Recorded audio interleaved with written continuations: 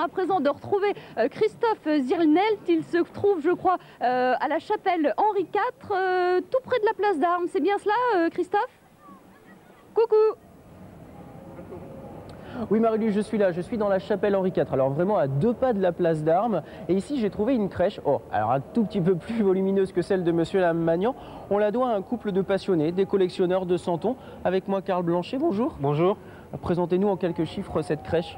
C'est une crèche qui fait 250 mètres carrés de superficie, peuplée de 300 santons, excusez-moi, d'une hauteur de 30 cm, avec une trentaine de maquettes.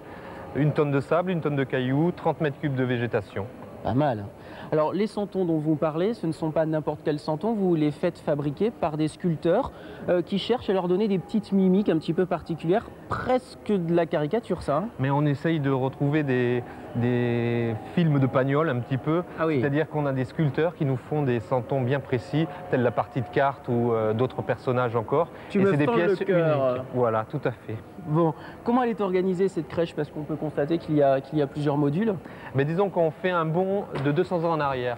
On arrive en Provence et là on a voulu expliquer un peu la vie en Provence au 19e siècle à travers la campagne, le village et bien sûr on finit par la nativité. Ça c'est la campagne. La campagne bien sûr. Là on explique les travaux du paysan et certaines traditions qu'on avait autour du mar provençal. Et alors juste en face de la campagne, on trouve pour terminer la nativité.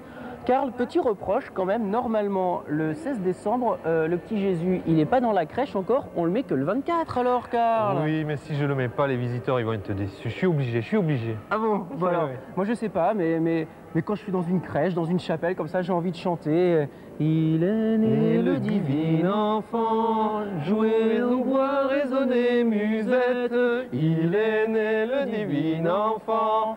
Chantons tout son avènement. Bon alors quand même c'est pas mal, on fait un effort pour vous, hein. À tout de suite. Oui, un effort, mais tu as encore des petits progrès à faire, mon cher Christophe. Madame Maillard, est-ce que vous seriez d'accord pour recruter Christophe Zirnelt dans votre chorale?